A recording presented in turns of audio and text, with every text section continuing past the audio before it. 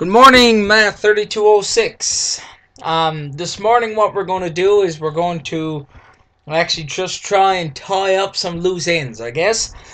Today what we're going to do, we're going to look at the connections between what we've been doing thus far, solving for x, factoring, finding the zeros, solutions, x-intercepts, using the QRF, and the graphs of a quadratic equation. Okay, so hopefully today we can bring these two ideas together and make some sense of it all. Okay, in case you haven't realized, there's no baby.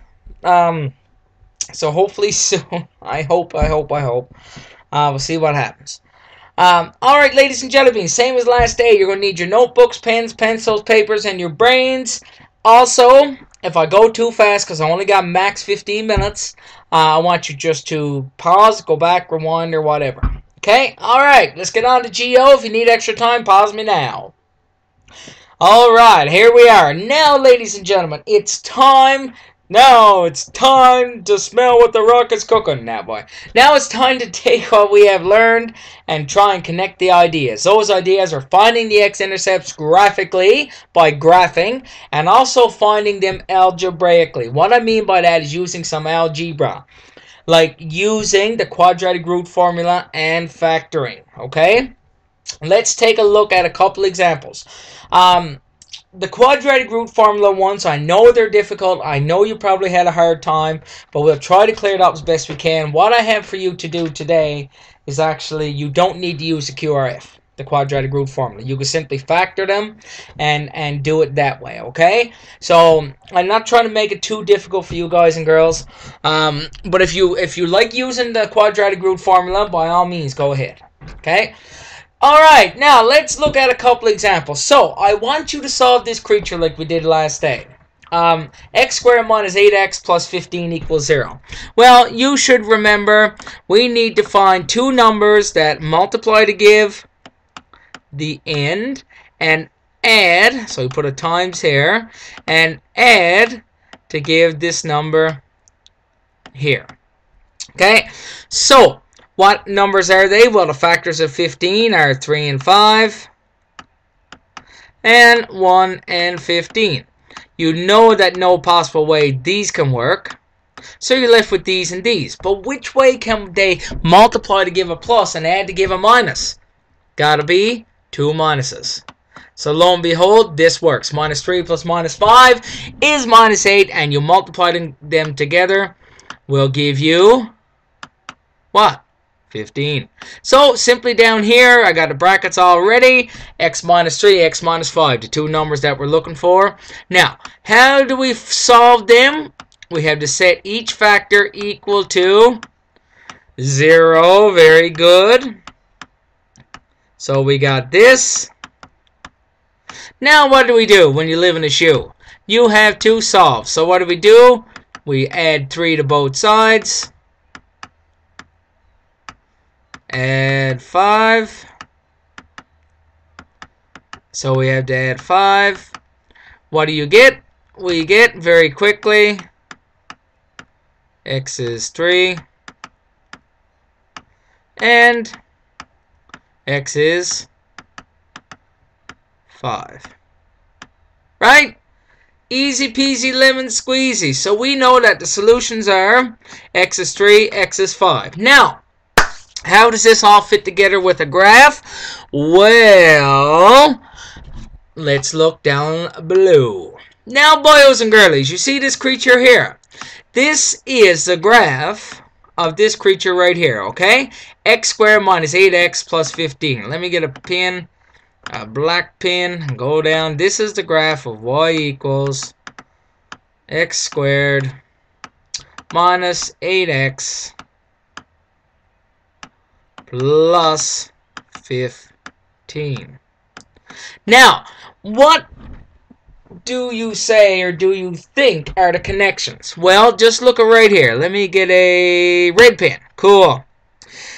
We said one of the solutions was x equals 3. So we know that x should equal 3. That's on this axis. When y equals what? Remember, y has to equal 0. So, y equals 0 right here. Correct? So that's for y equals 0. What's x? X should be 3. Go over 1, 2. What's that? That is the point. X equals 3. Connection? Yeah, let's check the other one. X equals 5, so y equals 0 right here. Go over 1, 2, 3, 4. What's this creature? It is x equals 5. Holy moly! What do? We have two things to show you. They are called the roots and x-intercepts are all the same creatures. When you solve a quadratic equation, you're finding the x-intercepts. Those are the points where your creature crosses the x-axis, which is right here. Okay, so where does it cross the x-axis? At x equals 3 and x equals 5. Those were the same things you found up here when you solved your quadratic right here. X equals 3, x equals 5. So, boys and girlies, simply put, the connection is what? Therefore,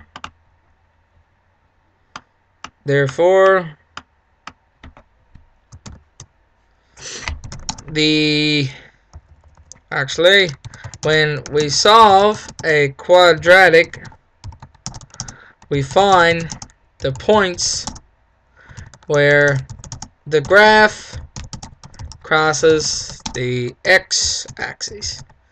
And boys and girlies, that is what we're meant to take away from today's lesson, is this here.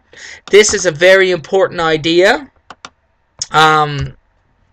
So, all you got to do is please copy this down. It's very important. If you need to, or actually you should copy down this example. So what I'll do is I'll go right here. If you need to pause, you can pause. Okay? So write this down as you've seen it. And as we solved it, pause it now. Okay? Restart. And go down, draw this graph, and see this graph. Pause. Start. And now we have, when we solve a quadratic, we find the points where the graph crosses the x-axis. That's all we're doing. That's all we have been doing. Thank you very much. Have a nice day. Easy or what? Not too bad. Yes, it can be confusing, but sometimes it's not that bad. Now, once you have this copied down, if you need to go back and pause, by all means do so. Once you have this down, I want you to try the ones on this page. Here's what I want you to do. You need to copy down number 2. You see number 2, A, I, 2 I's, 3, 4, 5. I want you to copy down this question, number 2. Just this question here. Okay? Just this part here. Draw a circle, man. There you go. I want you to copy that in your notebooks, please. So, you should be pausing me about now. And you can write these down, please. Take your time. The second one, by the way, is x squared minus 2x minus 15.